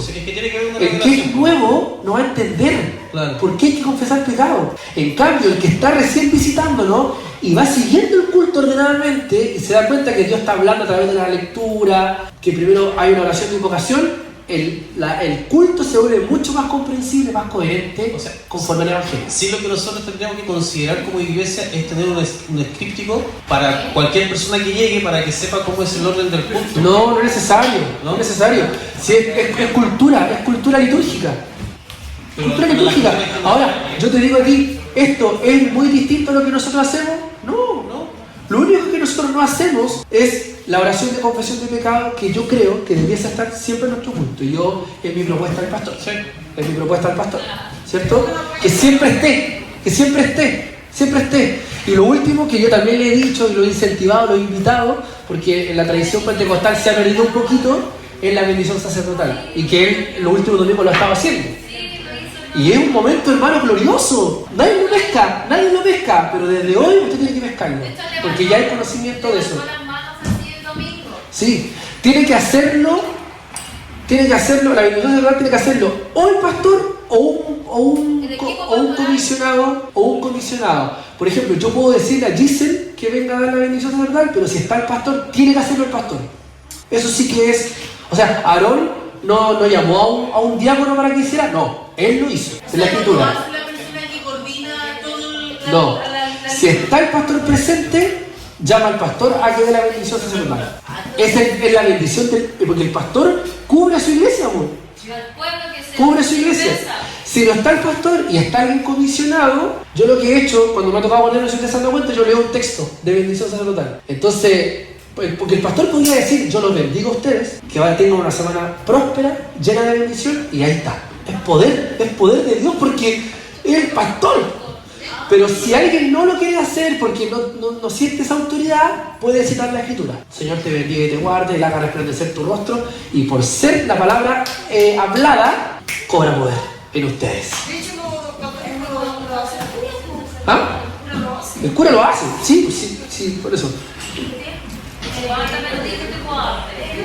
oración de confesión de pecado, igual yo considero que puede ser después de la predicación, porque el pastor a veces después de la predicación hace una oración que tiene que ver con lo que se nos ha revelado en la palabra. Entonces también ahí uno toma conciencia de que se ha fallado en eso que el Señor te está mostrando. Sí, es verdad. Ahora, la idea del templo es que antes de entrar al lugar santísimo estaba el lavacro. Tú no puedes ir a un encuentro con Cristo y su revelación si tú primeramente no te has reconciliado con Dios por tus pecados que cometes todos los días. ¿Me entiendes, no? Lo otro es un quebrantamiento post palabra. El Señor te tocó, te habló, te exhortó en lo que el Señor te habló ahí, y tú obviamente te arrepientes, ¿cachai? O sea, te expresas una oración de... La primera igual debería ser tan importante, y de hecho debería ser entendible de lo que se quiere entregar. Excelente. ¿Escucharon, hermano? No, porque está así que escúchame. Sí, excelente intervención. Miren lo que... No habló nada, pero ahora ya... Es que por la misma acotación que había hecho sobre el sentido de la oración, o sea, si la lectura, porque después viene después de la lectura, obviamente, La primera lectura debería ser tan importante como la lectura que viene después de la predicación, y entendible también para que pueda uno orar con esa intención de confesión. Sí. De hecho, es un mito el que la oración de lectura bíblica tenga que ser añadida al mensaje, a la predicación. La lectura bíblica tiene que revelarnos la grandeza de Dios. Por eso que si nos ponemos a leer la genealogía de Jesús en la lectura bíblica, no hay cacharabo. No, tiene que, hermano, adoración comprensible, tiene que ser todo intencionado. Todo intencionado, todo intencionado. O sea, el texto que escoja el coordinador Tiene que llevar a la invocación. tiene que llevar a la invocación. Un paso a otro. Dígame, ¿qué pasó? Ahora, micrófono, ¿dónde puede surgir un cambio? En el ofertorio. En el ofertorio, perdón que tuve la palabra, porque estoy jugando el término teológico. En la ofrenda puede haber un cambio. Ahí yo he estudiado principios regulares del culto, donde a veces va en la mitad. ¿Por qué? Porque la ofrenda es una medida de acción de gracia. Entonces hay acción de gracia después de la confesión de pecados o después de la predicación. Entonces la opción 2 es esta, que la ofrenda va acá, ¿cierto? El segundo cántico acompaña la oración y aquí viene la ofrenda y aquí viene la predicación. Obviamente no necesariamente vamos a hacer 3 cánticos, pueden ser 4, 5, da lo mismo. El tema es que los avisos no están. Esa es otra propuesta que vas a entregar. Sí. O sea, mientras los avisos estén al final, bacán. Ojalá después de la bendición sacerdotal, para que no nos distraigamos. Por eso, hermano, bendición sacerdotal, todo aquí. El que está en el baño se apura en orinar y viene a recibir su bendición sacerdotal. Oye, ¿sabes qué? Yo eso... Hermano, sí, a eso venimos. Yo lo encontré muy como... Respecto de eso, quedé así como muy para adentro. ¿Cuál la importancia de eso? Hay muchos hermanos que incluso hasta se están yendo, se van antes. Entonces, porque tienen que hacer o por diferentes situaciones, pero como que no se ha tomado el peso de la importancia de esa bendición. Así que yo no me quiero... Porque hemos perdido tradición histórica y por ende nos hemos olvidado un poquito de la Biblia. O sea, estamos muy contemporanizados. El culto termina, hay que ponerme la chaqueta porque me tengo que ir. Eso es cultura contemporánea. El culto está terminando, entonces me tengo que ir. Pero no, ¿qué nos dice la tradición histórica? Que cuando el pastor va a dar la bendición sacerdotal, todos estamos acá. Ahí termina el culto. Ese culto después te vaya al baño, si no te importan los avisos, da lo mismo. Pero en el culto, tú te quedas acá. Cultura contemporánea, nos tenemos que ir ya, o ya, no sé, pues, hay muchas cosas que son parte de la cultura. Por ejemplo, cuando el pastor va a terminar el mensaje y pide que se pongan de pie, eso ya para nosotros, en nuestra cultura, es que el mensaje terminó. Pero hay pastores que no hacen eso. En nuestra cultura eso ya está involucrado. Oye, ¿a qué no va a hablar el pastor? Para que termine el culto, el mensaje. Eso es cultura. Pero no tenemos que perder la tradición histórica y no tenemos que perder mucho menos la Biblia. De hecho, nosotros sabemos cuando el pastor está terminando, que yo lo veo de allá, y cuando veo que ya hay un músico parado ahí, el pastor está terminando. Bien, sí. Ya, hermanos, vamos a terminar. Amén. Vamos a orar al Señor. Perdón la hora, me van a matar. No le digamos a nadie de esto. Yo sé que todos se van a ir. El día que no le vieron los pastores, estamos todos. Sí, yo vamos a hacer que los pastores vean esto. Y como les digo, si no vengo el próximo domingo es porque me despidieron, porque me echaron. 2 horas de video. Sí, y lo más importante, amados hermanos, es que el Señor nos ayude. Amén. El Señor nos ayude. Si ustedes se dieron cuenta, esto nosotros lo vivimos todos los domingos. No estamos tan extraviados. No estamos extraviados para acá con cuestión. Estamos bien. Falta ordenar ciertas cositas. Amén. Quiero pedir a Ariel que ore al Señor. Amén.